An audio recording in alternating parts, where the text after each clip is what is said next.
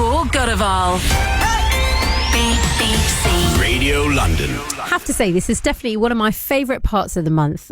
This is where I'm joined live in the studio with our resident technology and social media expert, the fantastic James Erskine. And it is time for Ready Tech Go. He's also the founder of youth marketing agency We Are Rocket. James, great to have you back on the show. It's really good to be here. Nice to see you.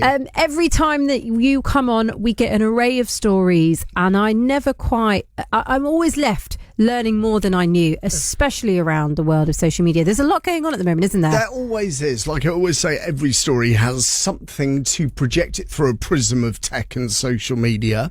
And yeah, with the advance of social media into more and more parts of our lives, with the growth of AI, it keeps on taking off. So let's delve into them, shall we? Because the first one I was very intrigued by that you wanted to discuss was just around AI and the way in which it's being used more than we had anticipated. Let's delve into those stories first. Well, let's start with WhatsApp. So you may have noticed when you go to WhatsApp, you now get a little blue circle in the bottom right-hand corner. Yes. It's rolled out pretty much across everybody in the UK if you've updated your apps. And that is the Meta, who own Facebook, Instagram and WhatsApp. That is their AI tool. Okay. And I've experimented with it. It's very similar to ChatGPT. Effectively, you can have a conversation on WhatsApp with someone who isn't real. It's the AI. I asked it, what do you think my daughter is very well behaved? It said, you're going to know your daughter better than anybody. Okay. And you can get back and forth. I had it write a limerick for me. So, nice. You can have it do serious things. You can have it find information. Yeah. What's really interesting about this, I think, is that it's an example of where AI is being brought into more and more places where we already are. Yes. I mean, you look at things like in Australia where they're looking to ban social media. Well, you kind of can't, because there's an element of social media in everything. So you might not think WhatsApp is a social network, but it has social elements. You can follow things. Sure. And now AI is being brought more and more into everyday life. This is a really good example of AI being brought into a space such as WhatsApp where you might not have expected it. It's becoming more and more integrated, isn't it? Yes, in everyday life and the way that we live, but also vitally in the way that we communicate. Oh, completely. I mean, look, I run a small business. The amount of AI generated job letters, covering letters that are generated. Wow. You can spot them a mile off. Can you? Oh, always. There's no humanity in them. There's no personality. What is it? How can you tell? You can see by the buzzwords. You can see by the work that AI does and finds information about you to include in those emails or in those covering letters. AI is taking over more and more parts of our lives. There was a really interesting example from Apple News about 3 or 4 months ago where AI was generating headlines, and because there was no human control, it wasn't generating the right headlines. So I'm a big supporter of AI. I like how it's coming into more and more parts of our lives. Yes. But there does have to be an element of human quality control in all aspects of AI. Well, that's some good news, because, we often...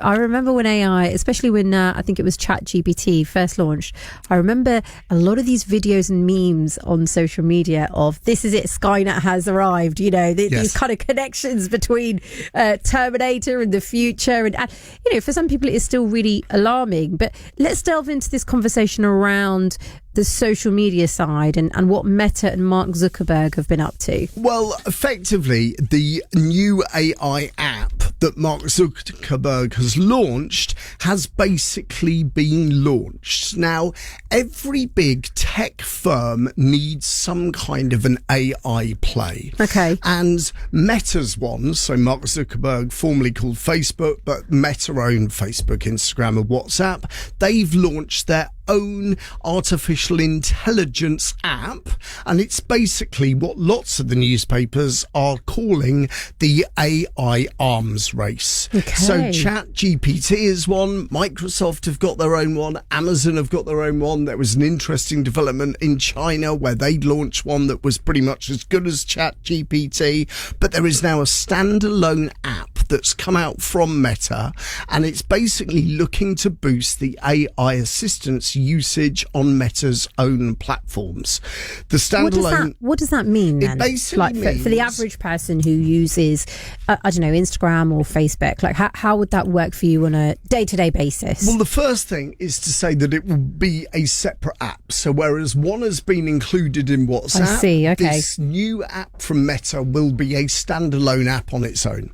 And you can ask it questions. You can play with it. Remember, the thing with these AI apps is they don't know anything. Yeah. They don't have any, if you like, intelligence. It's artificial intelligence.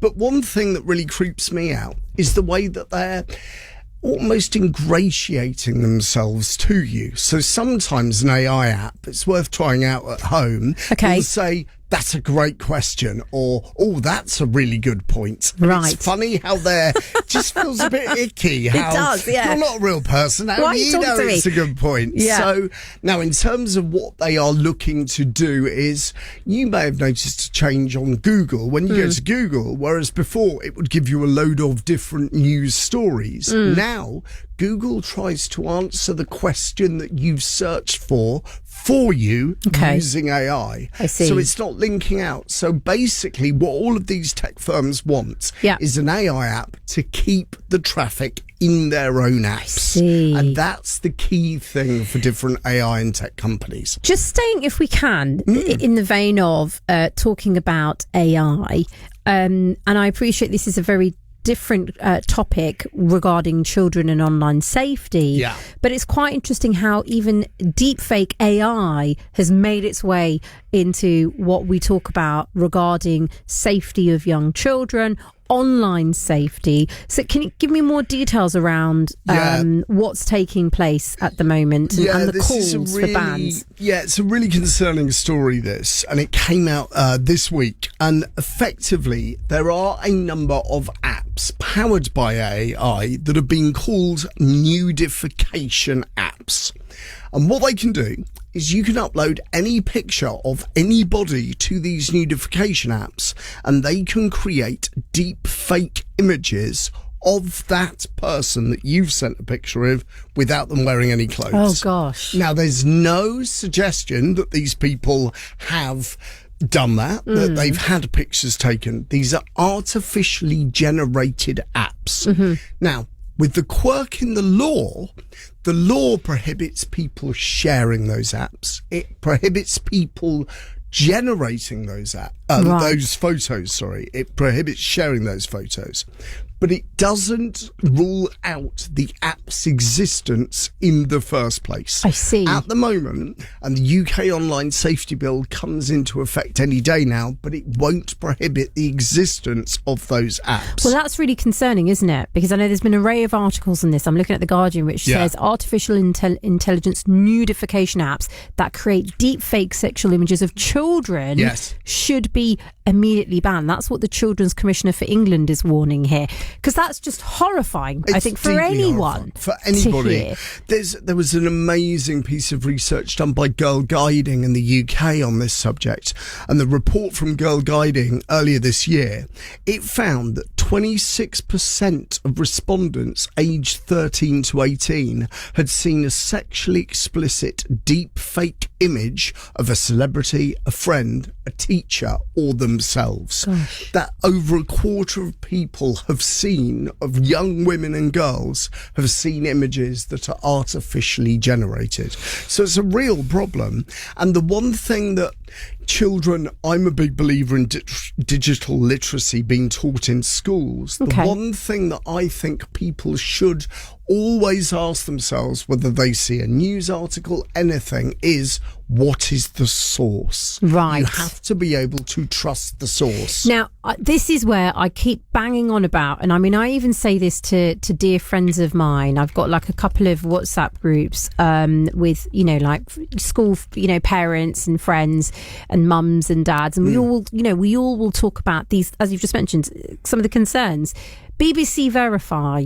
I absolutely think this is so fantastic. In recent years, of all of the things that BBC has come out with, BBC Verify is just brilliant. Yeah. So if anyone's tuned into Radio London, I just want to kind of give you that opportunity to get an understanding of what I'm talking about here.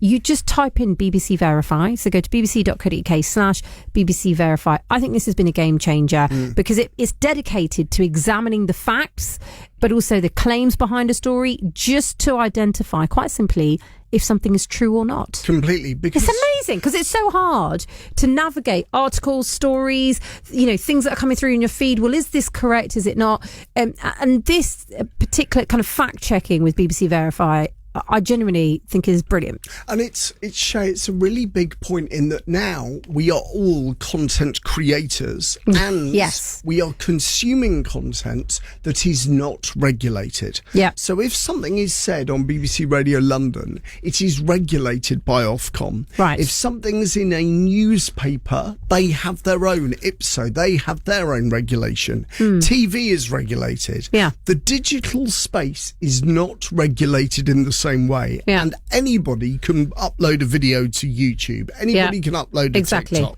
and that could contain misinformation.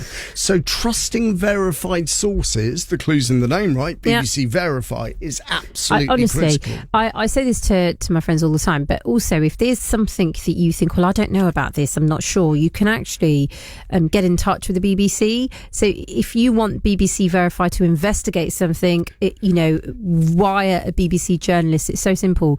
Again, you can find them on social media, BBC_have your say at bbc.co.uk. I cannot go on about this enough, because it's just a fantastic user-friendly opportunity if there's something you're not sure of, to get it verified, to get it fact-checked, if you will, on particular stories that you're stumbling across, even on social media. Stay with me, James. There's a lot more to discuss. There always is in the world of technology and social media news.